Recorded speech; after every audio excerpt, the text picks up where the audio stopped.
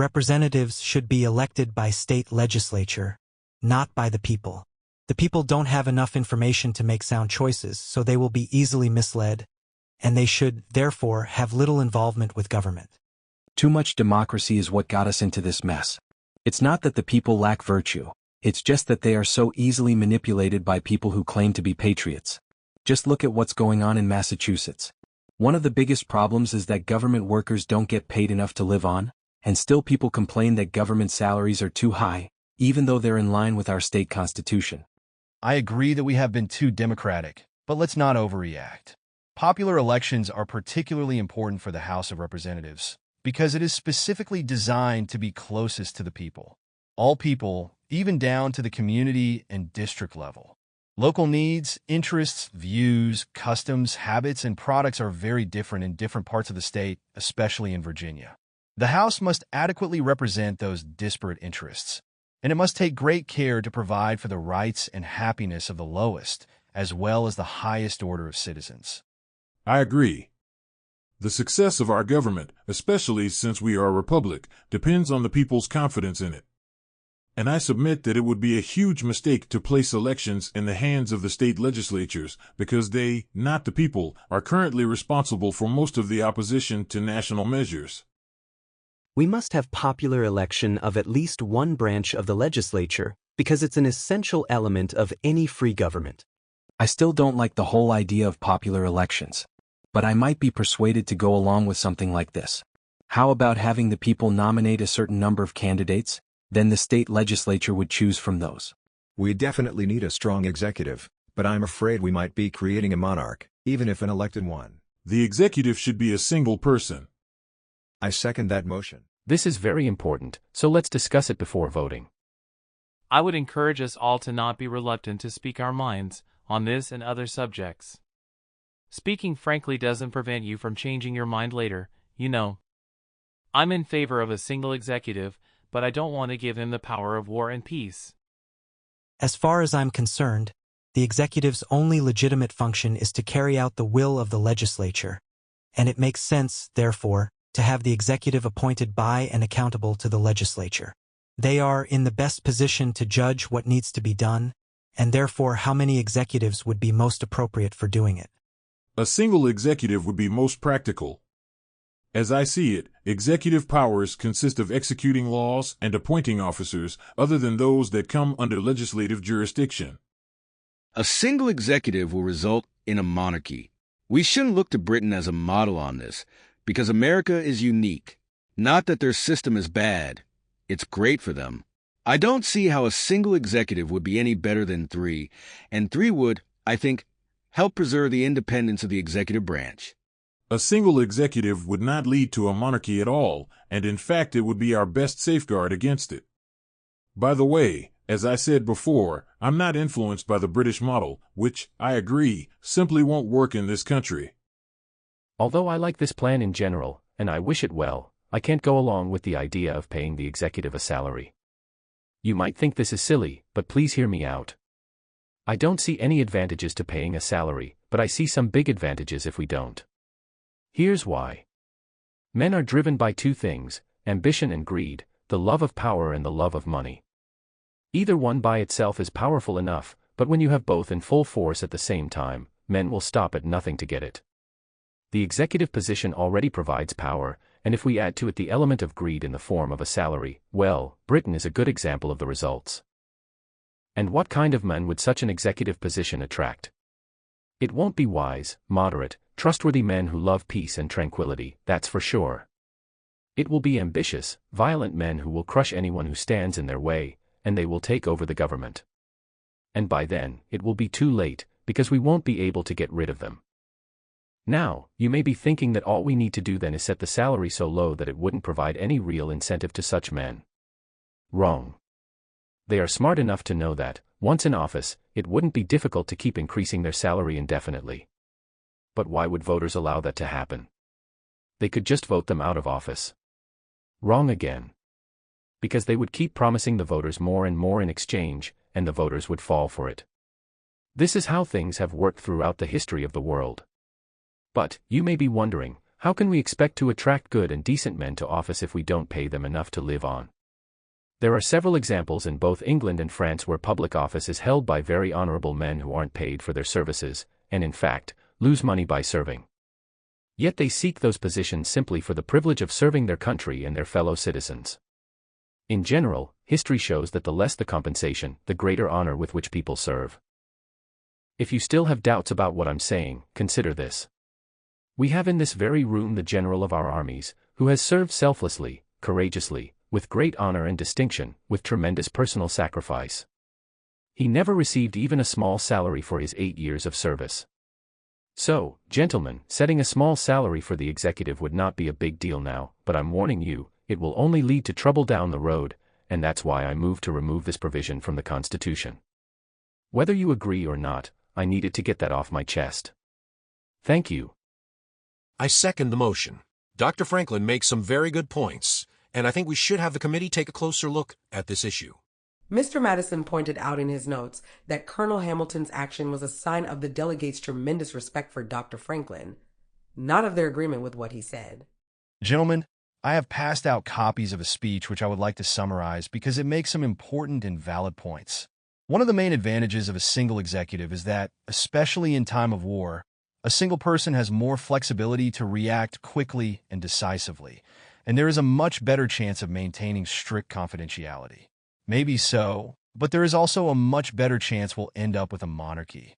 Of course, we need a strong executive branch, but it would be much better to have 3 executives, with the northern, central, and southern states each choosing one.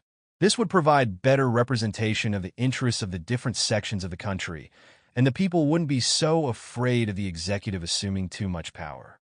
In England, the problem is that not enough people have the right to vote. In America, the problem is with too many people having suffrage. We need to have popular elections for one branch of the national government to maintain the public confidence in it. But, in the House we should have the people select candidates from their various districts, and the state legislature would appoint the best of them. The reason we elect representatives is that it would be impractical for every citizen to participate directly in the daily function of government. But, in the process, the legislature should continue to be an accurate reflection of the whole society. The people don't really care how we do it, they just want good government, and they are going to look more to the national than to their state government to provide that. And they will make good choices as long as the districts are large enough to avoid a few unscrupulous people from gaining too much power. If we didn't have any state governments at all, then we would definitely need popular elections for the national government. But we do have state governments, and that's where there is the most accurate reflection of the spirit, character, and disparate interests of the whole society. That's why we don't have to have popular elections for the national government in order to preserve our strong democratic principles. Besides, there are very few legitimate functions of the national government: defense, domestic tranquility, treaties, and foreign commerce. Everything else, with maybe a few minor exceptions, is best left to the states, where popular elections give the people a great deal of influence. Under the Articles of Confederation, the National Congress represents the states, not the people. But that all changes under the new Constitution. Now, the national government will represent the people, not the states, so it is the people who should directly choose their representatives. There is no perfect form of government. They all have real and potential problems. But, all things considered, popular elections offer our best chance of success. I must disagree with Mr. Sherman.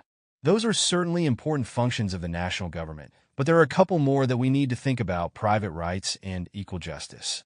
The greatest threat to those goals is mob rule, which is a distinct possibility with popular elections of the national government. What's to stop the majority from oppressing the minority? We like to say that honesty is the best policy, but we know that in practice that's just not how things work, not for individuals and especially not for large groups. Furthermore, a man doesn't have to worry so much about his own reputation if there are plenty of others around him to share the blame. Conscience proves to be not much of a deterrent to bad behavior in large groups. Even religion, with all its inherent morality, can become a powerful force for evil in the wrong hands. Therefore, we must frame our Republican government in a way that guards against the potential evils of majority rule. So, popular elections, which seem on the surface to be such a vital element of a democratic society, are not always the best method of achieving or maintaining it. Members of the House of Representatives should be chosen by popular election. Members of the Senate should be chosen by the state legislatures. Senators should serve terms of maybe 3 or 5 or even 7 years. Our current system, under the Articles of Confederation, was a temporary solution, and trying to fix it at this point would be like putting new cloth on an old garment. It's time to move on, and that means less reliance on state governments. Before long, the national government will swallow the state governments, leaving them with the single task of electing national senators.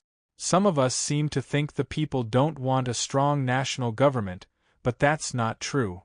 It's just a few special interest groups that are opposed. Look, gentlemen, we have to get this right. Otherwise, our country will lie in ruins, or at best we'll soon be right back here trying again to get it right. Representatives in the House should be chosen by the people, and senators should be chosen by the states. That way all citizens will be represented, both individually and collectively. I second Mr. Dickinson's motion providing election of senators by state legislatures. State legislatures and the National Congress should have separate and distinct jurisdictions, but they should also have mutual interests and provide mutual support. This provision will accomplish that, giving the states a stake in the national government and allowing them to work together in harmony and a spirit of cooperation. Are even the smallest states going to have a senator? If so, we're going to have too many. 80 at least. This provision allows us to capture the will of the people, but in a way that also captures the wisdom and discretion of the most distinguished gentlemen the states have to offer. Frankly, I have no problem with 80 senators, or with twice that many. The more the merrier. We're a big country, so we need a lot of representatives. We shouldn't get carried away with this. But I do think every state, no matter how small, should have at least one senator. I think 25 would be about right. Before I weigh in on this, I need to know what the ratio is going to be. Hold on just a minute. I think we may be getting ahead of ourselves. The national government must flow from the people, so legislators should be chosen by popular election in the Senate as well as the House. Otherwise, the two branches of Congress are going to be at each other's throat all the time. We need to establish voting districts, and I move to postpone Mr. Dickinson's motion to give us time to work on that. I second that motion. Okay, I know a lot of you will be alarmed at what I'm about to propose, but I might as well get it out there right now. State legislatures should nominate their candidates for Senate, then the executive should choose from them. I think that's the only practical solution. If we adopt Mr. Dickinson's proposal, we must either abandon the whole principle of proportional representation, or we must have a very large Senate. The first is obviously unjust, and the second is impractical. I disagree with Mr. Dickinson about a large number of senators being a good thing. The whole idea of the Senate is to have a body that reflects on proposed laws with wisdom and good judgment, weighing more carefully all the pros and cons of each measure than the House. Too many senators makes that impossible. Let me try to summarize what we have so far. We have 4 options for electing senators. 1. By the House. This would make the Senate dependent on the House. Not a good idea. 2. By the executive. That's a sure path to monarchy. 3. By the people. Since most people are landowners, the people with commercial interests would not be adequately represented. 4. By state legislatures. This provides a measure of security to commercial interests, preventing their oppression by landowners, and thus offering our best hope of long-term success. Doing away with the states entirely would be impractical, disastrous, and probably impossible. They play a vital role in the checks and balances process. I would ask Mr. Madison, if a small Senate is so important, why not limit it to 10 or less? This is a tricky issue, no doubt, and we can forget about the British system. That's absolutely irrelevant to our needs. In fact, There is no appropriate model for us to pattern our government after. We're in uncharted territory. We're on our own. And we're expected to get it right the first time. We can do it. I'm not worried about the national government gobbling up the states. I'm more concerned about the states nibbling away at the national government. I don't see how election of senators by state legislatures would offer any more protection to commercial interests than election directly by the people. The best solution is election by the people, as long as we make sure the districts are kept large enough to assure election of honest, intelligent men.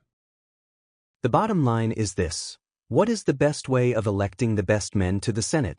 So far, no one has convinced me that election of senators by state legislatures is the best way. Look at it this way. One of the main reasons we are here today is that state legislatures are inadequate and often incompetent and corrupt. Yet you want these guys to choose senators. Are you kidding me? Well, I still think the state legislatures will provide better senators than popular elections. I have 3 big problems with popular elections. 1.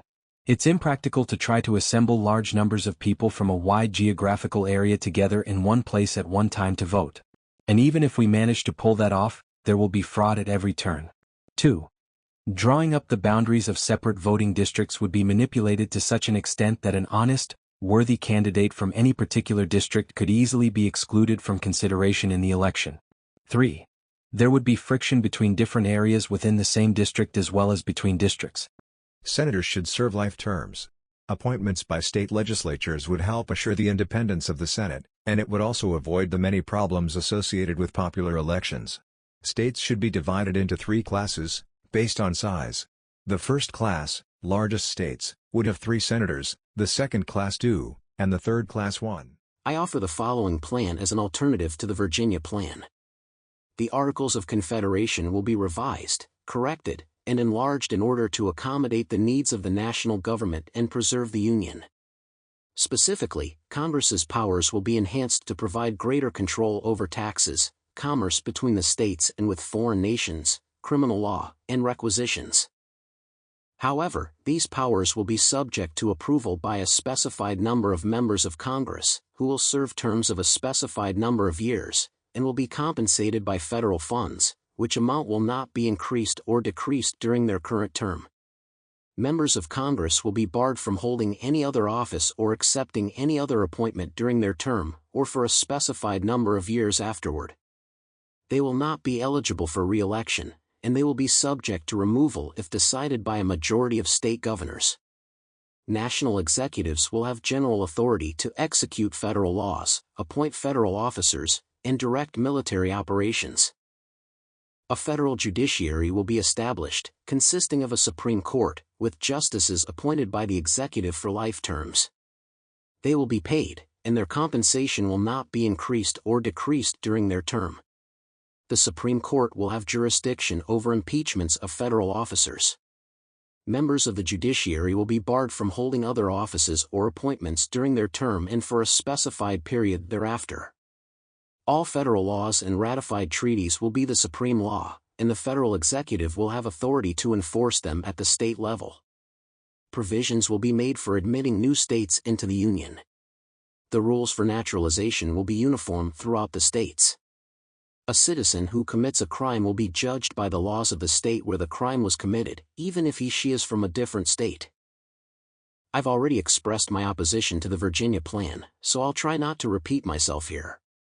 My plan is better because it is in compliance with the authority granted us by the Articles of Confederation, and it is more consistent with the wishes of the people who sent us here.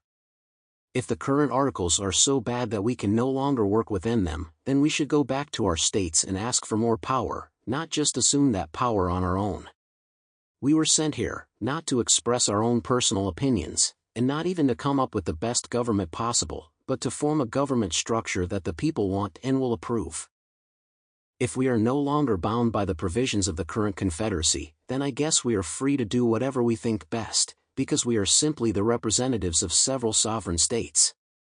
In that case, if we want proportional representation, let's vote on it, and it's a done deal for any state that agrees to it here at the convention. We aren't even required to get it ratified by the states, because that notion has gone out the window along with the Articles of Confederation. On the other hand, if we are still bound by the Confederacy, then we have a big problem. Because you may recall, gentlemen, that Article 5 of that document gives each state an equal vote, and Article 13 says that any changes to that document require the consent of all 13 states. That's how treaties work.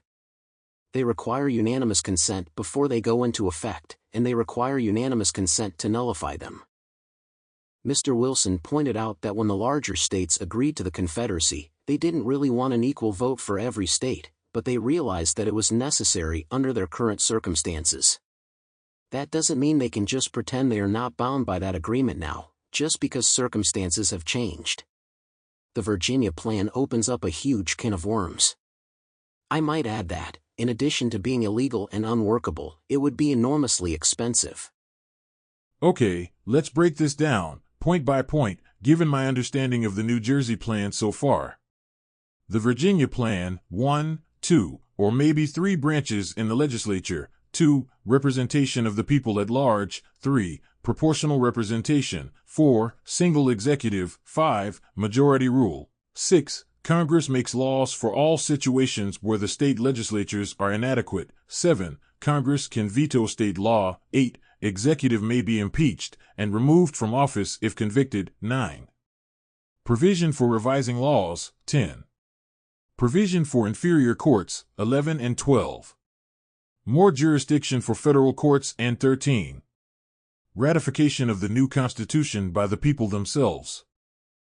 The New Jersey Plan. 1. Single branch of national legislature. 2. Decisions made by states, not by the people at large. 3. Equal representation for all states. 4. More than one executive. 5. A minority may prevail over the majority. 6. Congress has additional powers in only a few limited situations. 7. States can continue to thwart federal law. 8. National executives may be removed from office by a majority of state governors. 9. No provision for revising laws. 10. No provision for inferior courts. 11 and 12. Less jurisdiction for federal courts. 13. Ratification of the revised Articles of Confederation by unanimous consent of the states. There are many reasons why we need 2 branches in the legislature. Generally speaking, the best way to control the power of the legislature is to divide it. But, as strange as it may seem, the best way to control the power of the executive is to unite it. With one, people know who to blame. Besides, if you have 3 executives, one will end up completely dominating the other 2. As for our authority at this convention, I don't assume the authority to decide anything, but I'm free to propose anything. And regarding the will of the people, we don't really have any reliable way of knowing exactly what the people want. I think it would be unwise to assume they wouldn't welcome a strong national government. And keep in mind that, under the Virginia Plan, a new constitution would be submitted to the people, not the state legislatures, for approval. As to our authority, let's face facts. The Articles of Confederation are so screwed up, they can't possibly be fixed. So, let's go back to the people of our states and say, unfortunately, your government is broken beyond repair, and we know how to fix it, but we can't because we're still bound by the rules of the broken system, and they make it impossible to do what we need to do. So, sorry. Darn. If only we hadn't agreed to that pesky unanimous consent thing, we could have saved the country. But a deal is a deal. Oh well, we obviously can't be that irresponsible. The only way out of this mess is a strong national government. We only get one more shot at this, and we are running out of time.